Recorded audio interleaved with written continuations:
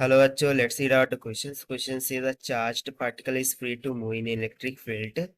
Will it always move along a electric line of force?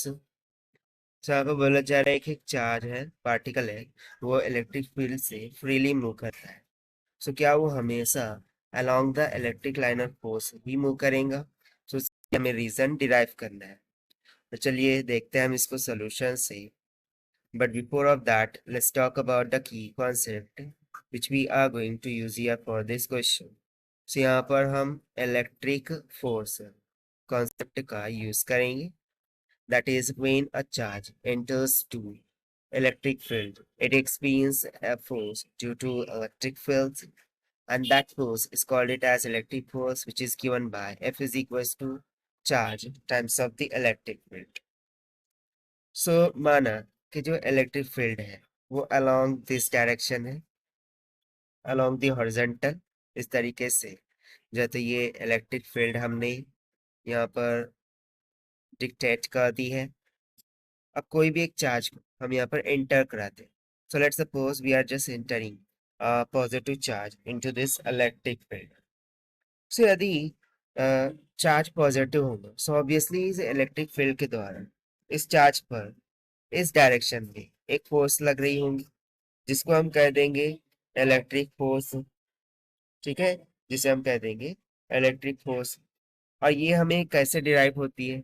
So basically when an charge enters to electric field, it experiences an force due to electric field.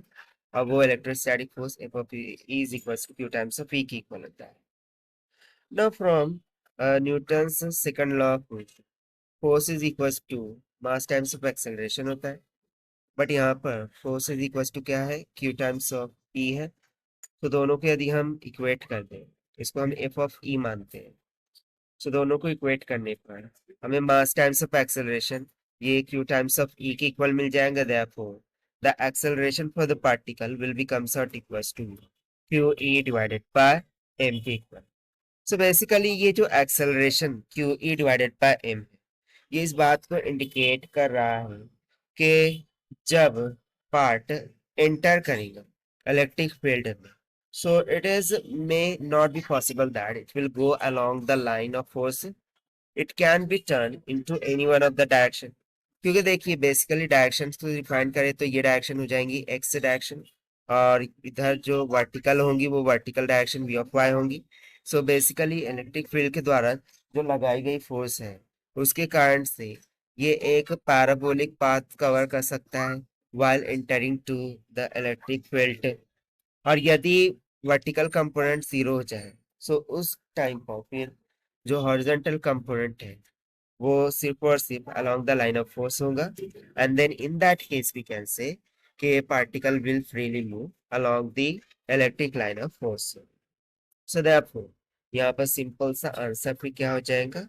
No, the charge में और may not move along electric line of force. Electric line of force यानी कि electric line of force के along move कर सकता है यदि vertical component में वेलोसिटी जीरो हो, तो वो हॉरिजॉन्टल कंपोनेंट में मूव करेगा, so electric line of force move करेगा. लेकिन अगर वो कंपोनेंट जीरो नहीं होता और इलेक्ट्रिक फील्ड यहाँ पर उस पर एग्जैक्ट हो रही होंगी, जिसके द्वारा इलेक्ट्रोस्टैटिक फोर्स एग्जैक्ट हो रही होंगी, सो उस कंडीशन में it will move in parabolic as we have shown here. और इसको हम अलग तरीके से इस तरीके बता सकते हैं कि जब इनिशियली वो रेस्ट पर होगा तो मूव करेगा इलेक्ट्रिक लाइन ऑफ फोर्स में एक स्ट्रेट फॉरवर्ड मैनर में. बट यदि चार्ज पार्टिकल के पास कुछ वेलोसिटी होगी, if the charge particle have some velocity, so उस वेलोसिटी के कारण से फिर वो एक पैराबोलिक पाथ में मूव करेगा rather to be moving along the electric field line of force. So therefore this is going to be the required answer to this question. I hope you understand. Will best of luck. Thank you.